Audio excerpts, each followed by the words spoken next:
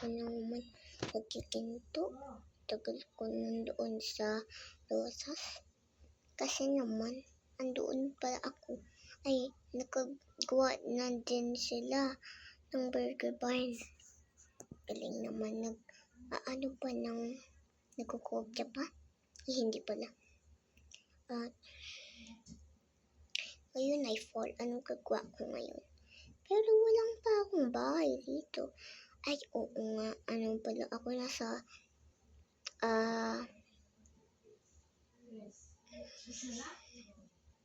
Rosas pa din. Ano ba yan? Pero naman magtutulog na lang ako. Alam ko na kung saan ako magtutulog. Pero bukas may pasok na ako. Ayaw ko naman na ito.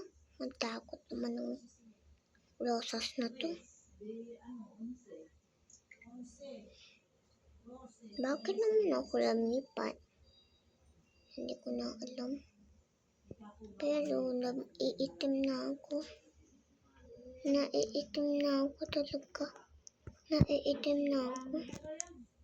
Talaga naman na buhay na to.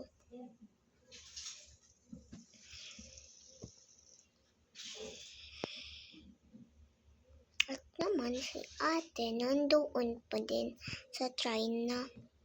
Kasi daw, may bibili lang siya doon. Labubo. At saka cellphone na gano'n. Itong minagtatawag sa akin. Ano ba ate? Dito lang ako sa bahay ko na. Pumunta ka nga dito sa school. May pasok ako bukas. Bukas na. Sige na nga ate. Magbihis ka na. Bakit naman? Pumunta ka doon sa grocery store at bumili ng chocolate. Kung ano kahit. O sige.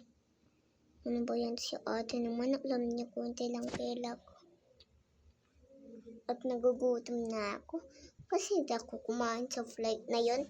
Kasi ang gutom ako. Pero hindi ako binigyan ng pera. Pero ang konting kong pera, pwede ba to? Pwede ba to pala eh? Pwede pa to eh. Pwede ba pala to? Pwede ba pala to eh? Nasaan ba bedroom ko? Ay, ito yung office ko.